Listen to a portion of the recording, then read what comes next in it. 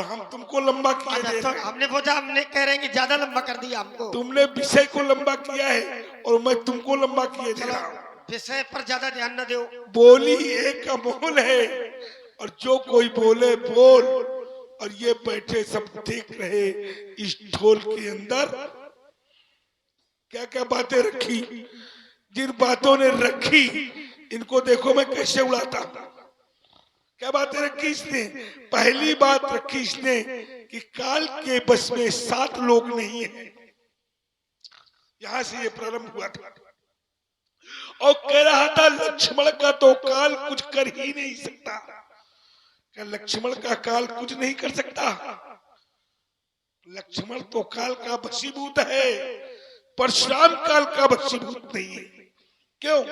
क्योंकि 7 लोगों में नाम परशुराम का है ना। अश्वत्थामा, बलिव्यासो, हनुमानश्चाभीष्म, कृपा, परशुरामश्च, ये शब्द चिरंजीवना। ये 7 लोग चिरंजीवी हैं लेकिन अमर ये भी नहीं है।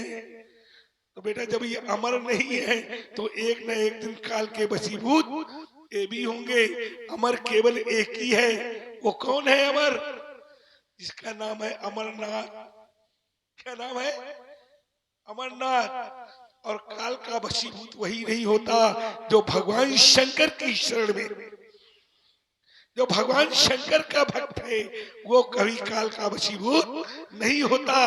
क्यों? अकाल मृत्यु उसकी होती जो कार्य करता चांडाल का, और काल भी उसका क्या कर सकता जो भक्त है जो भक्त है महाकाल का। कर सकता है काल उसका? कुछ नहीं कर सकता। और मैं तो बाल ब्रह्मचारी अति को ही, मैं तो बाल ब्रह्मचारी हूँ और बाल ब्रह्मचारी होने के नाते मृत्यु जरा व्याधि नाशो, मृत्यु जरा व्याधि नाशो ब्रह्मचर्य सर्व औषधम। मैंने मृत्यु पर विजय प्राप्त कर रखी है। जरा जरा माने बुढ़ापे पर विजय प्राप्त कर रखी है। व्याधि कठिनाइयों पर विजय प्राप्त कर रखी है। तो बेटा अमर तो मैं नहीं हूँ लेकिन मैं चिरंजीव हूँ और मेरे गुरु बाबा क्या है? अमर है। और जो काल का विषय है वो काल केवल महाकाल को छोड़कर किसी को नहीं छोड़ता। मैं आपकी दृष्टि ब्रह्मवैवर्त पुराण की ओर ले चलता हूँ। ब्रह्मवैवर्त पुराण कहता है, क्या कहता है? कहता है कि 4 अरब 3200 करोड़ दिन का एक कल्प होता है। कितने का? 4 अरब 3200 करोड़ दिन का एक कल्प होता है। जब ब्रह्मा जी के एक दिन होता है और जब ब्रह्मा जी के इतने ही दिन हो जाते हैं तो ब्रह्मा जी प्रकृति में समाहित हो जाते हैं। तब भगवान विष्णु का एक दिन होता है। जब भगवान विष्णु के 4 अरब 3200 करोड़ दिन हो जाते हैं तो भगवान विष्णु भी प्रकृति में समाहित हो जाते हैं। तब भगवान शंकर का एक दिन होता है। और जब भगवान शंकर के इतने दिन हो जाते हैं तो भगवान शंकर में भी प्रकृति में समाहित हो जाते हैं। और जल क्या होता है? धरती जलमग्न हो जाती है और केवल 3 चीजें बचती हैं। क्या? कल, क्या? काल, वृक्ष, ये 2। और काल का स्वरूप ही महाकाल का है। तो भगवान शंकर, वृक्ष और गाय, ये 3 चीजें बसती हैं। ऐसा शास्त्रों में रचित है। कब? अंत में। जब अंत में ब्रह्मा विष्णु महेश नहीं बसते तो तुम्हारी क्या गणना है? तुम कह रहे हो हमारा काल कुछ कर ही नहीं सकता। अरे काल, काल वो काल है जो क्षण मात्र में आदमी को क्या बना देता है? मृत्यु शैया पर सुला देता है, सुला देता है। और तुम कह रहे हो काल हमारा कुछ नहीं कर सकता, काल हमको नहीं छोड़ेगा, मैं कब तक जीवित रहूंगा? मैं भी प्रलय, एक नहीं दूसरी प्रलय में मेरा भी अंत हो जाएगा। पहली प्रलय तक मैं जीवित रहूंगा, दूसरी प्रलय में मैं भी जीवित नहीं रहूंगा। तो बेटा ये बहुत गूढ़ तत्व है, इसको समझना और समझाना दोनों कठिन है। लेकिन जब समझना और समझदार दोनों लोग होंगे तो जरूर बात को समझेंगे, समझेंगे। काल का विषय इतना सरल नहीं है। तुम्हारा विषय दूसरा आया कि जो है मारे जाइए सब राजा क्यों, तो सब राजा इसलिए मारे जाएंगे क्योंकि यहाँ धनुष तोड़ने की घोषणा किसको हुई थी? राजाओं को। धनुष तोड़ने की घोषणा किसको हुई है? राजाओं को। कैसे? राजा जनक ने क्या घोषणा करवाई है? बोले बंदी बचन बरु सुनो शकल महिपाल। महिपाल माने? महिपाल माने राजा। घोषणा किसके लिए है? राजाओं के लिए। तो मारे कौन जाएंगे? कौन मारे जाएंगे? राजकुमार थोड़ा मारे जाएंगे, मारे तो राजा ही जाएंगे। जब राजाओं को घोषणा हुई, क्या घोषणा हुई? बोले बंदी बचन बरु सुनो सकल महिपाल पल विदे कर कहूं हम भुजा उठाए। विशाल काय सोए फुरार को दंड कठोरा राज समाज आज जई तोरा तहमन जय समेत बह दे। तहमन जय समेत बह दे ही और विनय विचार बरई हट ते ही। अगर तुम कहते हो कि राजा किस लिए मारे जाएंगे? राजा इसीलिए मारे जाएंगे कि धनुष तोड़ने की घोषणा राजाओं को थी, तो राजा ही मारे जाएंगे। आप मैंने कई बातें छोड़ी है, एक आप छोड़ दो। हाँ, छोड़ दिया। दो दो बातों में उत्तर हो जाए। ठीक है। आइए महाराज देखो, आपने हमारी ही बात का समर्थन कर दिया। आपने कहा कि जो महाकाल का कृपा पात्र है उसका काल बाल बाका नहीं कर सकता है।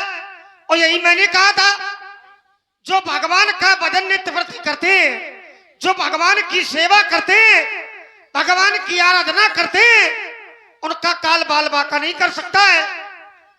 ये तो मैंने ही कहा था। और सिद्धांत भी है, सीम की चाप सके को तासु अब बड़ रखवार रमापति जासू। जिसकी रक्षा भैया भगवान कर रहे हो तो वहां भला किसका वश चलेगा? अरे आप कहते हो कि भगवान भी काल के वशीभूत है ना। भगवान काल के वशीभूत नहीं है, ये कैसे कह दिया? काल का इतना सामर्थ्य नहीं है जो भगवान को अपना ग्रास बना ले। अरे भगवान की बात करते हो, भगवान के भक्तों को ग्रास बनाना बड़ा कठिन है। कृपा भगवान की अगर हो गई, जैसे एक व्यक्ति तो ऐसा संसार में जो महाप्रलय में भी काल का ग्रास नहीं बनता है, और मानस में ही सिद्धांत है। शंकर जी कहते हैं, और ज्ञानियों ने उत्तर किया, नाथ सुना मैं असस्यु पाही कि महाप्रलय नास्ता नहीं। महाराज कहा भुसुंड जी ऐसे दिव्य पुरुष है, दिव्य महापुरुष है, दिव्य भगवान के भक्त है, उनका महाप्रलय में भी ग्रास काल ग्रास नहीं बना सकता उनको। क्यों? तो ये भगवान की कृपा है। आइए, एक व्यक्ति और संसार में ऐसा है, एक भक्त और ऐसा है, सब लोग जानते होंगे महाराज, उन पर तो भगवान की ऐसी कृपा हुई कि काल भी सामने आ गया, और काल को भी ये कहना पड़ा, मृत्यु को भी ये कहना पड़ा कि आप मेरे ऊपर पैर रख के इस लोक की यात्रा करें। काल को भी अपने पैरों के नीचे दबा लिया, मृत्यु को भी अपने पैरों के नीचे दबा लिया। महाराज ध्रुव, ये सब होता कब है? ये तभी होता है जब भगवान की कृपा होती है। तो भगवान की कृपा अगर है तो फिर महाराज काल बाल बाका नहीं कर सकता है। अब जैसे आपने कहा कि मैं काल के वशीभूत नहीं हूं, बिल्कुल नहीं हूं, तो इसमें आपका बल है क्या? जब ये हो जाएगा कि ये मेरा बल है, तभी नाश हो जाएगा। काल का ग्रास मतलब है और व्यक्ति का नाश हो जाना। और जो भगवान की कृपा पात्र बने रहते हैं। कहाँ से पढ़ के आए हो? हाँ? कहाँ से पढ़ के आए हो? अरे ये सब कहाँ से? हाँ, किसने बताया तुमको? जहाँ तुम कभी नहीं गए। बालक हो तुम अभी, इसीलिए कहते हैं बालक की बुद्धि जहाँ बहुत छोटी होती है। जहाँ तुम कभी नहीं हमने गए। तुमको वहां पहुंचा दिया जहां तुम्हारे गुरुजी ने कभी तुमको नहीं पहुंचाया अरे होगा। हमारे गुरुजी ने कहाँ पहुँचाया? हमने तुमको पहुंचा दिया। ये तुम सोच ही नहीं सकते। 4 अरब 3200 करोड़ दिन का एक कल्प होता है। क्या कहा था? तो इसका तात्पर्य क्या है? इसका मतलब ये है 4 अरब 3200 दिन का एक कल्प होता है, तब ब्रह्मा जी का एक दिन होता है। इस बात से हमारी बात का क्या प्रयोजन? ये प्रयोजन है कि ब्रह्मा जी के भी 100 दिन होते हैं। 100 में 100 दिन के बाद 100 में वर्ष इस नदी बदल जाती है। बदल जाती है। तो यहाँ विषय ये नहीं है। मैं कहता हूँ काल केवल महाकाल के अलावा किसी की नहीं मानता। मेरा विषय ये था। तो मैं जो प्रमाण दे रहा हूँ उनका क्या होगा? उनका प्रमाण अपने घर में रखो। अरे हम अपने घर जो में कह क्यों रहे रखें? हैं, अरे ये मैं प्रमाण कह रहा हमने हूँ ये हमने थोड़ी बनाए हैं। केवल जिस महाकाल की बात करते हो ये प्रमाण उसी महाकाल के बनाए हैं। हाँ, ये महाकाल ने बनाए हैं। अरे हमारी न मानो। तो देखिए, हमारी न मानो। हाँ, कम से कम अपने गुरु जी हाँ, शंकर जी की तो शंकर मानो। जी की तो बात मानना हूँ। शंकर जी कहते हैं, क्या कहते हैं? शंकर जी कह रहे हैं। शंकर जी स्वयं कहते हैं। तुम काल न व्यापे तो ही। अरे तो ही विषय अलग है। क्या काल नहीं सुमरे व्यापेगा? भजो निरंतर मोही। अगर इनको सबको काल नहीं व्यापेगा तो सब यही नहीं रहेगी। मैंने सबकी बात नहीं की। तुमको काल नहीं व्यापेगा? मैं तुम बताओ, तुमको नहीं व्यापेगा? जो भगवान का भजन नित्यवर्ती करेगा तुमको काल नहीं व्यापेगा ना। तुमको व्यापेगा। कोई सिद्धांत हो तो बताओ। अरे क्यों तुमको काल नहीं व्यापा? भगवान के भक्त को अगर काल व्यापा भगवान हो के भक्त को केवल क्या नहीं हो सकता वो सुनो। राम भगत मणि उर्वश जाके दुख लवलेश न सपने। दुख नहीं होगा, उसे कष्ट नहीं होगा, बाधाओं से नहीं लड़ना पड़ेगा। क्या उसे काल नहीं व्यापेगा? और काल नहीं व्यापेगा तो कोई प्रमाण हो तो अरे देव प्रमाण दो। दे रहा हूँ मैं। हमने बताया देव कि है 4 कोई ऐसा? ब्रह्मोत्तर पुराण का प्रमाण दे रहा हूँ तुमको कि 4 अरब 3200 करोड़ दिन का एक कल्प होता है, तब ब्रह्मा जी का एक दिन होता है। चलो इसको- जब ब्रह्मा जी के इतने ही दिन हो जाते हैं तो ब्रह्मा जी जब प्रकट में समाहित हो जाते हैं तो समाहित- तुम्हारी गणना क्या है? देखो समाहित होना विषय अलग है। ये भी विषय छोड़ दीजिए। अंत में काल का ग्रास बनना विषय अलग है। अंत में कौन बचता है? अब जैसे अंत में कौन बचता है?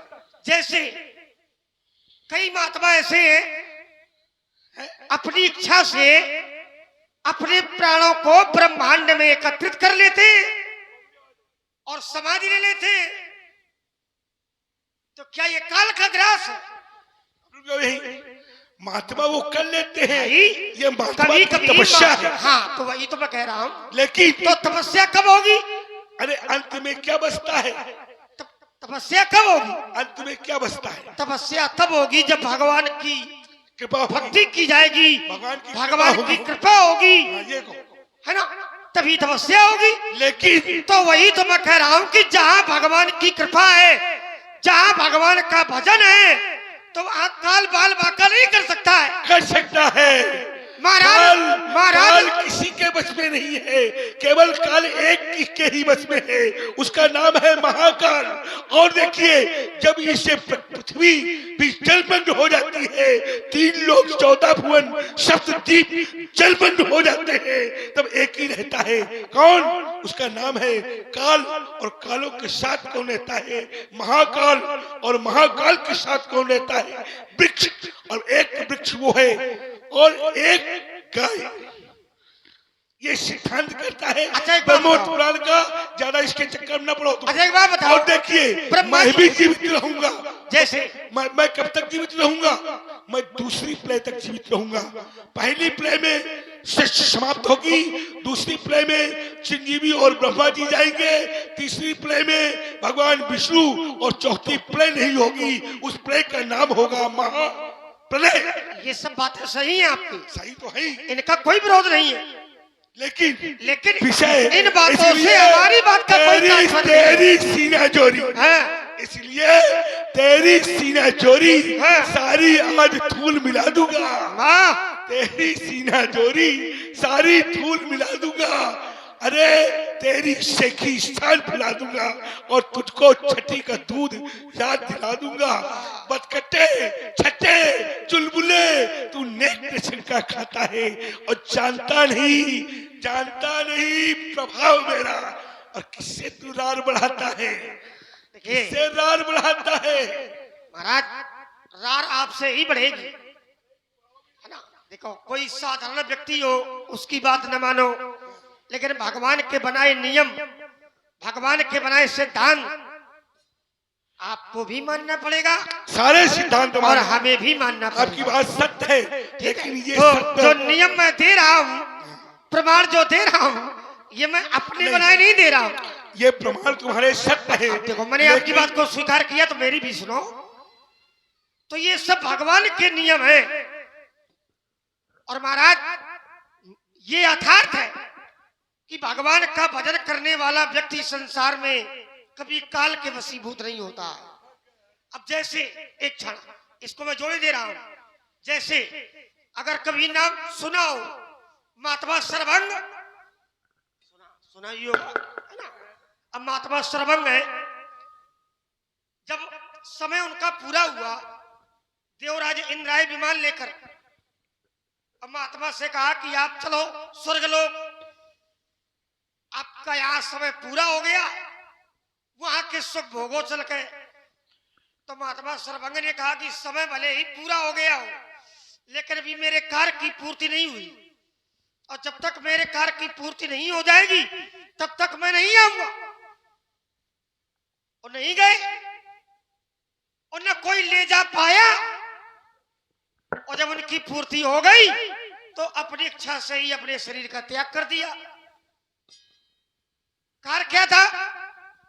उन्होंने कहा कार्य की पूर्ति रह गई है, चितवत पंथ रहे दिन राती। और जब भगवान के दर्शन हो गए तो कार्य की पूर्ति हो गई। उन्होंने कहा अब प्रभु देख, और जुड़ानी छाती और अस कई जोग अग्नि तन जारा और राम कृपा वैकुंठ।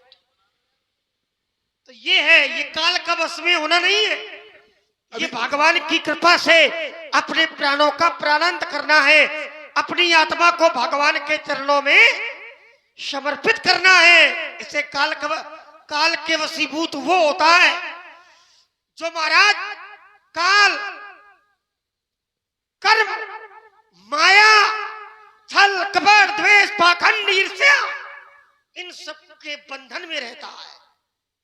व्याप रेहु संसार मऊ माया कटक प्रचंड, सेनापति कामादि भट्ट, ब्रह्म कपट पाखंड।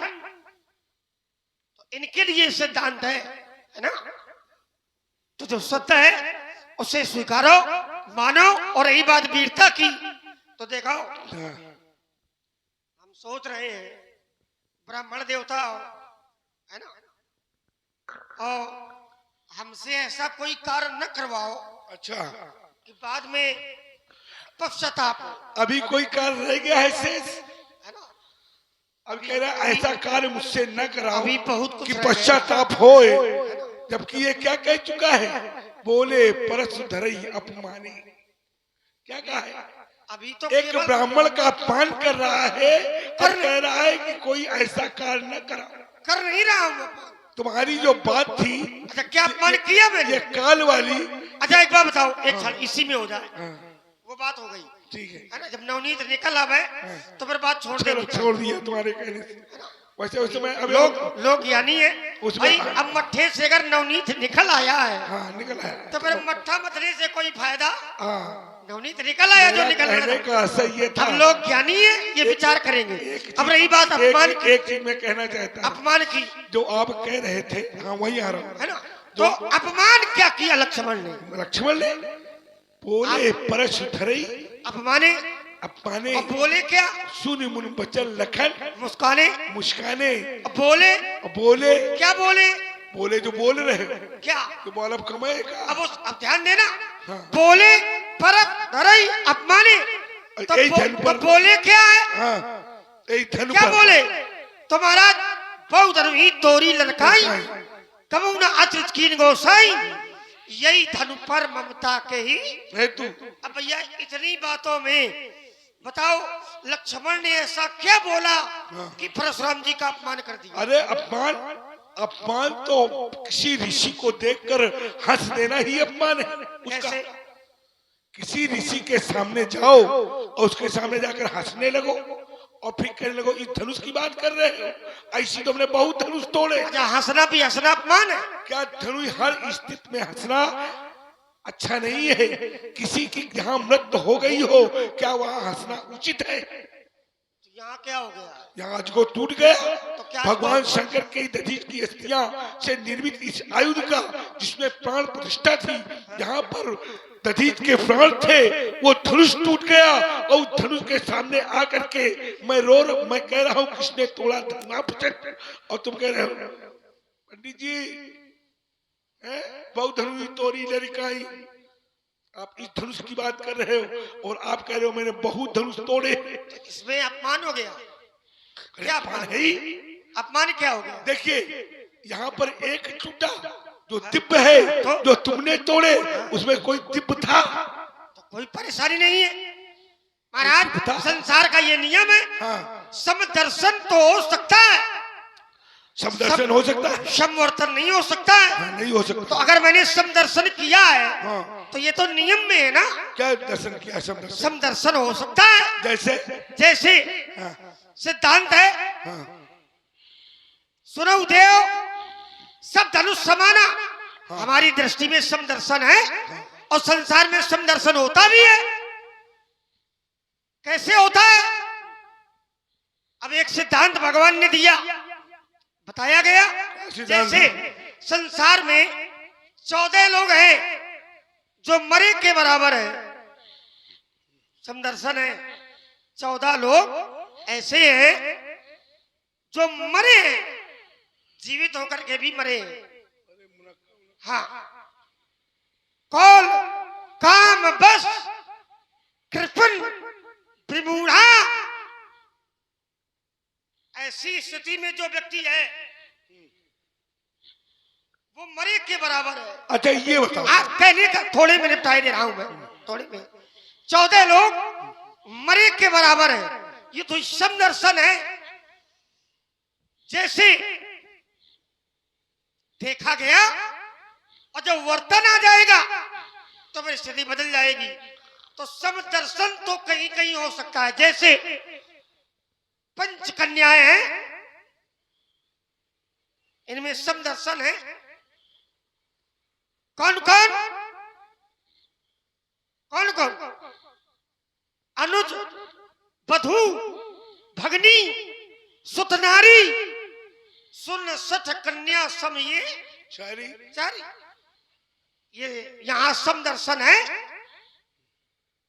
तो संसार में समदर्शन होता है लेकिन समवर्तन नहीं होता है। अच्छा। वर्तन हो गया कर्मों में, कर्मों से बदल जाएगा। कर्मों में समानता नहीं होगी लेकिन दर्शन में समानता हो सकती है। और लक्ष्मण ने यहाँ जो समानता की है वो दर्शन से ही की है। अब जैसे ध्यान देना थोड़ा, यहाँ समानता है चारों पांचों में, 5 कन्याएं हैं और 5 में समानता है। लेकिन जब कर्म होंगे तो स्थिति बदल जाएगी, तब समान नहीं होंगे। जैसे अनुज वधू है ना और भगनी, ये दोनों बराबर है समदर्शन में, दोनों बराबर है। चाहे अनुज वधू यानी कि अपने छोटे भाई की पत्नी हो, अब भगनी माने बहन, भगनी माने बहन, चाहे बहन हो, ये दोनों बराबर हैं। तुम पूछते बहुत हो इसके माने तो मैंने एक पूछ दिया इसके माने, तब तो पूछ लियो, अरमान बुझा लियो मन की, पूछ ले। हमारी बात सुन लियो फिर पूछ लियो। ठीक है। हम कभी भयभीत थोड़ी होते हैं। बहुत और अच्छा, हम ऐसा कोई विषय अच्छे बात रखो तुम, हम पूछते भी नहीं है ऐसा अच्छी कोई बातें विषय। रखते हो, रखो। सार्वभौमिक विषय सब लोग जानते हैं। तो भगनी सब लोग जानते होंगे, भगनी माने बहन होती है।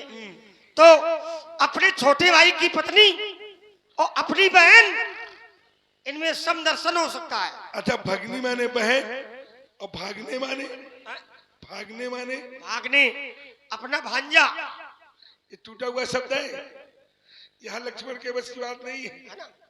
भागने, भागने सुत, भगनी, जैसे भागने, भागने सुत हो गया, आप भाग्य। महात्मा विश्वामित्र जी के भागने सुत हो। यही भागने शब्द जब देहातों में आता है उसका नाम क्या पड़ जाता है? ये भागने शब्द ही भांजे के रूप में आता है। वही है ना। तो वही मैंने बताया भांजा।